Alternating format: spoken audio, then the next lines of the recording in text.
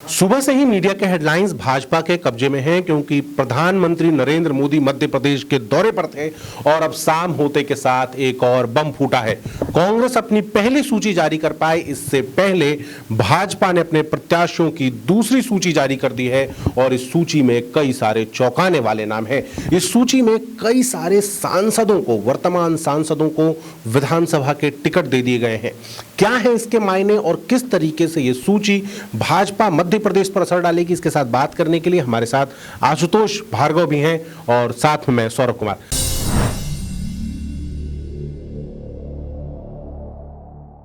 आशुतोष जी, ये जो सूची आई है, सूची में सबसे ज्यादा हाईलाइटिंग पॉइंट आपको कौन सा है? देखिए सौरभ, लगातार पहली सूची आई, पहली सूची आने के बाद लोगों के मन में जिज्ञासा बढ़ी। दूसरी सूची जब 39 नाम ये सामने आए हैं तो इन सूची में से कुछ नाम देखने के बाद लगातार आपके मन में सवाल पैदा होंगे।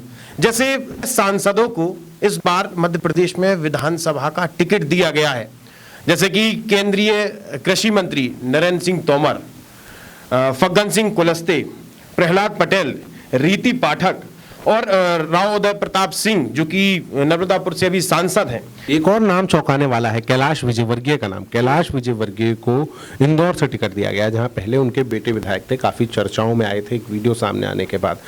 कैलाश विजयवर्गीय जैसे नेता, नरेंद्र सिंह तोमर जैसे नेता, फग्गन सिंह कुलस्ते जैसे नेता, रीति पाठक जैसे नेता, इन नेताओं को जब विधानसभा के मैदान पर उतारा जाएगा उससे कितना फर्क पड़ेगा, हवा में कितना फर्क पड़ेगा? देखिए सौरभ, जाहिर सी बात है कि बड़ा इम्पैक्ट पड़ने वाला है, क्योंकि निवास, जहां से फग्गन सिंह कुलस्ते की बात की जाए तो फग्गन सिंह कुलस्ते को निवास से टिकट दिया गया है। उसके बाद उनके छोटे भाई श्रीराम कुलस्ते, वो उन्हें टिकट मिला था। उसके बाद वो एक बार विधायक रहे, उसके बाद 2018 में वो हार गए थे। अब फग्गन सिंह कुलस्ते को फिर से मंडला डिडौरी बेल्ट को साधने के लिए, क्योंकि बड़ा आदिवासी चेहरा है, फग्गन सिंह कुलस्ते को वहां से टिकट दिया गया है। नरेंद्र सिंह तोमर की बात की जाए तो चंबल में नरेंद्र सिंह तोमर को टिकट दिया गया है, ये बहुत बड़ा नाम है। फिर उसके बाद इंदौर की बात आती है, मालवा के लिए कैलाश विजयवर्गीय बड़ा नाम है। विंध्य के लिए रीति पाठक जो कि वहां की लोकप्रिय सांसद हैं, वहां से रीति पाठक को टिकट दिया गया है। तो ये चौंकाने वाले नाम है। राव उदय प्रताप सिंह, जो हमेशा ये कहा जाता था कि संसद में अगर मध्य प्रदेश से कोई सबसे ज्यादा एक्टिव सांसद हैं तो राव उदय प्रताप सिंह। तो उन्हें भाजपा में जो बात कही जा रही थी कि कुछ जगहों पे संदेह भी था, जैसे चंबल के रीजन में संदेह था कि वहां पे भाजपा शायद कमजोर पड़ रही है, कार्यकर्ताओं के अंदर फूट है। तो नरेंद्र सिंह तोमर के आ जाने के बाद ये फूट एक तरीके से पूरी तरीके से सिमट जाएगी। पिछली बार के चुनाव में, हाँ, पिछले बार के चुनाव में भी ये चीज देखने को मिली थी, लेकिन अब चूंकि नरेंद्र सिंह तोमर को ही वहां टिकट दिया गया है, नरेंद्र सिंह तोमर के पास दो बड़ी जिम्मेदारी है। एक तो पहले अपनी विधानसभा, साथ ही पूरा ग्वालियर चंबल रीजन, केंद्रीय चुनाव समिति में भी उनको रखा गया। और इसके साथ ही ये देखा जा रहा है, बता भाजपा आदिवासियों पे भाजपा पिछली बार कमजोर पड़ी थी तो फग्गन सिंह कुलस्ते को लेकर गई है। विंध्य में इतना बड़ा मामला चल रहा है, विवाद चल रहा है, वहां पर रीति पाठक को लेकर भाजपा कहीं पे भी किसी भी मामले में 2 कदम पीछे लेने को तैयार नहीं। भाजपा ऐसा लग रहा है, ये दिखा रही है कि वो विधानसभा पे पूरी तरीके से फोकस है। एक चीज साफ है कि जितना जरूरी 2024 के लोकसभा चुनाव है भाजपा के लिए, उतना ही जरूरी 2023 के मध्य प्रदेश में होने वाले चुनाव भी हैं और भाजपा किसी भी तरीके से अपने कदम पीछे खींचने को तैयार नहीं है। आप कुछ कह रहे हैं? बिल्कुल, देखिए 2019 के जो लोकसभा चुनाव हुए थे, लोकसभा चुनाव में मध्य प्रदेश में भारी बहुमत भारतीय जनता पार्टी को मिला था, 28 सीट भाजपा के खाते में गई थी। लेकिन विधानसभा चुनाव में इतनी सी भी रिस्क नहीं ली जाएगी, जिसके चलते ही 6 सांसदों को विधानसभा की जिम्मेदारी दी गई है। विधानसभा जीतने की जिम्मेदारी अकेले नहीं है, वो पूरा का पूरा क्षेत्र कवर करने की है कि भाई आप यहां जबलपुर से लड़ेंगे। राकेश सिंह, जबलपुर पूर्व मध्य प्रदेश में पूर्व भारतीय जनता पार्टी के प्रदेश अध्यक्ष राकेश सिंह को विधानसभा लड़ाया जा रहा है। इसी के साथ पहले ही मैंने बताया कि विंध्य में रीति पाठक और अलग अलग स्थानों से एक बड़ा और नाम हम नहीं ले पाए, वो है प्रहलाद सिंह पटेल। प्रहलाद सिंह पटेल नरसिंहपुर से टिकट दिया गया है, नरसिंहपुर से उनके छोटे भाई का टिकट काटा गया है, उसकी जगह उन्हें टिकट दिया गया है। नरसिंहपुर बेल्ट, बुंदेलखंड बेल्ट बड़ा प्रभावी बेल्ट है, लोधी बाहुल्य क्षेत्र है, ओबीसी वर्ग को किस तरीके से साधा जाए उसका पूरा का पूरा ध्यान दिया गया है। एक और खास बात है, पहली सूची जब जारी हुई थी उस समय भी बड़े बड़े पदाधिकारियों ने एक साथ मीटिंग की थी, मुलाकात की थी, फिर सूची जारी हुई थी। आज किसी को भी यह अंदाजा नहीं था कि प्रधानमंत्री नरेंद्र मोदी भोपाल आएंगे और भोपाल आने के बाद रात तक अचानक से यह सूची जो है जारी की जाएगी। जब अब दूसरी तरफ में आऊंगा, आदिवासी वोट किस तरीके से, आदिवासी सीट किस तरीके से संभालनी है, किस तरीके से कैप्चर करनी है, तो यहां पर एक चौंकाने वाला नाम आया है, क्योंकि मंडला से साधने का काम कौन करेगा?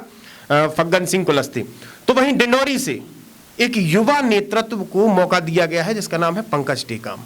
पंकज टेकाम को मौका दिया गया है। पंकज टेकाम वहीं के रहने वाले हैं, पंकज टेकाम की लोगों में पहुंच है और पंकज टेकाम वहां से चुनाव लड़ने के लिए इच्छुक भी थे। लगातार जब आप देखिए ना, अलग अलग सुर्खियों में भी आते थे, एक्टिव रहते थे। पंकज टेकाम को वहां से टिकट दिया गया है। डिंडोरी की नीचे आएंगे तो जबलपुर में भी साधने की कोशिश की गई है। तो इस सूची में आप देखेंगे कि एक तरफ बड़े बड़े चेहरों को टिकट दिया गया है तो दूसरी तरफ नए चेहरों को टिकट दिया गया है। लगातार सूची आती जा रही है, सूची में चौंकाने वाले नाम बढ़ते जा रहे हैं।